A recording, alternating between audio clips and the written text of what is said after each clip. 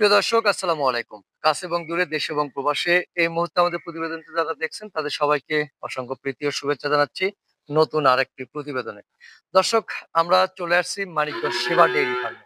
দেখতে পাচ্ছেন চমৎকার এবং মনোরম দৃশ্য মাশাআল্লাহ। খুবই সুন্দর পরিবেশে গরু লালন-পালন করা হয়ে থাকে। দেখতে পাচ্ছেন ছড়াই ছিটে গরুগুলো ডিসপ্লে করা হয়েছে। আমরা এই গরুগুলো সম্পর্কে বিস্তারিত জানবো। আশা করি পুরো প্রতিবেদন জুড়ে আপনারা আমাদের সাথে থাকবেন।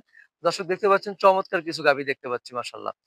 তো এই গাভীগুলো সম্পর্কে যদি আপনারা বিস্তারিত জানেন তাহলে অবশ্যই সাথে থাকবেন এবং ভিডিওটা শেয়ার করে দেবেন, অন্যকে দেখার সুযোগ করে দেবেন। আমরা কথা বলব মানিকগঞ্জ সেবা ডেইরি ফার্মের কর্ণধার রুবেল ভাইয়ের সাথে। কথা বলে বিস্তারিত জানার চেষ্টা করি যে আজকে একটু ভিন্ন পদ্ধতিতে গরুকে ডিসপ্লে করা হয়েছে। বিভিন্ন জায়গায় ছড়ানো ছিটানো। অল্প কিছু গাভী রয়েছে। আমরা অনেকদিন পর মানিকগঞ্জ সেবা ডেইরি ফার্মে আসছি। আপনারা বলে থাকেন যে মানিকগঞ্জ সেবা ডেইরি ফার্মে প্রতিবেদন কেন দেয় না? আসলে মাঝখানে অনেকদিন গ্যাপ হয়েছে। তো আমরা চলে আসছি আপনাদের অনুরোধে কথা বলবো ভাইয়ের সাথে।